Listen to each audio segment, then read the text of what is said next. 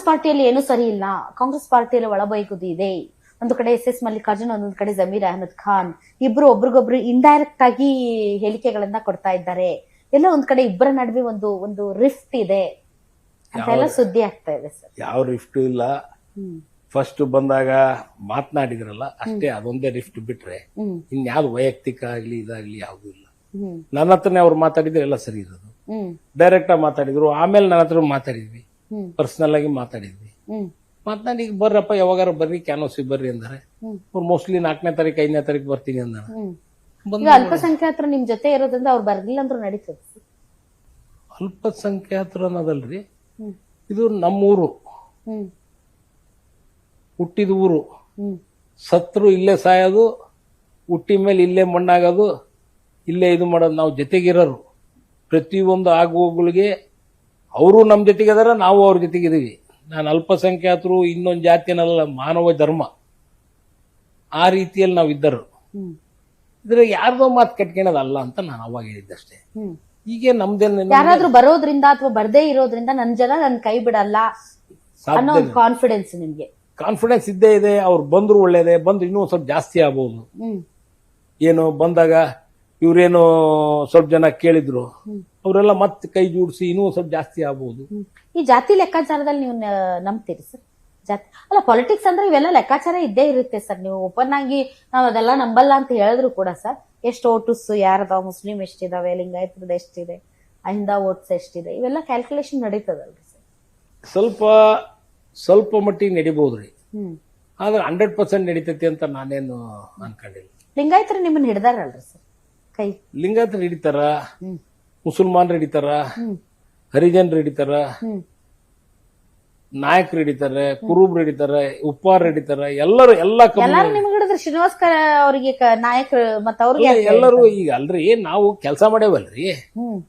ಈಗ ಯಾರಿಗಾರು ಸ್ಪಂದ್ಸ್ ಇಲ್ಲಪ್ಪ ಅಂದ್ರೆ ಓಕೆ, ಎಲ್ಲರಿಗೂ ಸ್ಪಂದಿಸವಲ್ಲ, ಇಂಥವ್ರಿಗೆ ಸ್ಪಂದಿಸಿಲ್ಲ ಅಂತಲ್ಲ, ಎಲ್ಲರಿಗೂ ಸ್ಪಂದಿಸೀನಿ. ಯಾವ್ದಕ್ಕೂ ಯಾವ್ದೋ 1-2 ಕೆಲಸ ಆಗಿಲ್ಲ ಅನ್ಬೋದು. ನಿಮ್ಮ 100ರಾಗ 98 ಕೆಲಸ ಆಗಿರ್ತಾವಲ್ರಿ, ಅಂತ ವಿದ್ಯೆ ಇರ್ತಾವ, ಏನು ಮಾಡಕ್ಕಲ್ರಿ.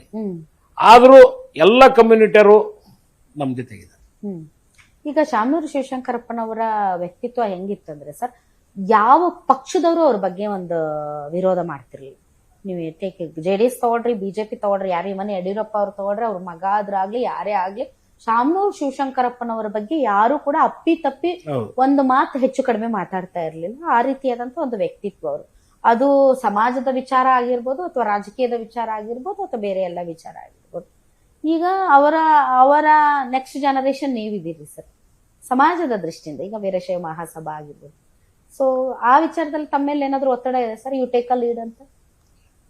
ಇಲ್ಲ, ನೀವು ಆತರ ಬಾಳ್ ತಲೆ ಕೆರ್ಸ್ಕೊಂಡಿಲ್ಲ ಅಂತ? ಸಮಾಜ ಅದು ಇದು ಅಂತ ಎಲ್ಲ ಸಮಾಜ ಇದ್ದೇ ಇರ್ತೈತಿ, ಸಮಾಜಕ್ಕೂ ಮಾಡಿರ್ತೀವಿ. ಸಮಾಜದಲ್ಲಿ ಈಗ ವೀರಶೈವ ಲಿಂಗಾಯತ ಸಮಾಜ ಬಂದಾಗ ನಮ್ ತಂದೆಯವರು ಬಹಳ ವಿಕೋಪಕ್ಕೆ ಮಾತಾಡಿದ್ರು. ನೀವು ಒಂದ್ ಸ್ವಲ್ಪ ವಿಕೋಪಕ್ಕೆ ಹೋಗಿದ್ರಂತಲ್ಲ ಸರ್? ಇದು ಏನದು, ನಾನು ನಮ್ಮ ಜಾತಿ ಗಣತೆ ಎಲ್ಲ ಆಯ್ತು ಅಲ್ಲ.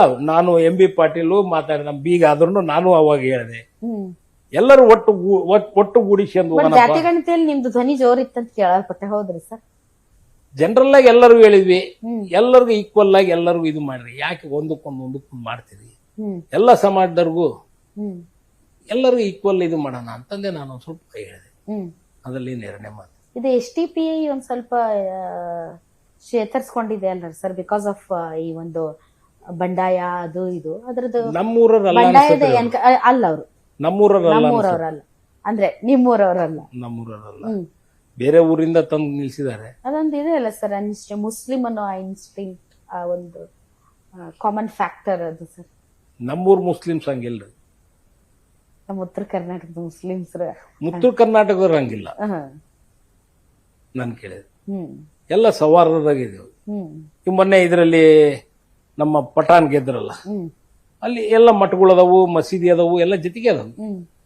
ಜೊತೆಗೆ ಹಬ್ಬ ಹುಣ್ಣಿಮೆ ಆದ್ರೆ ಅವ್ರ ಮನ್ಯಾಗ ನಮ್ಮ ಉಂಡು ಬರ್ತೇವೆ, ಅವ್ರು ನಮ್ಮ ಮನ್ಯಾಗ ಅವ್ರು ಉಂಡು ಬರ್ತಾರೆ. ಅದೇ ಒಂದು ಸಂಸ್ಕಾರ ಸಂಸ್ಕೃತಿ ಇಲ್ಲಿ.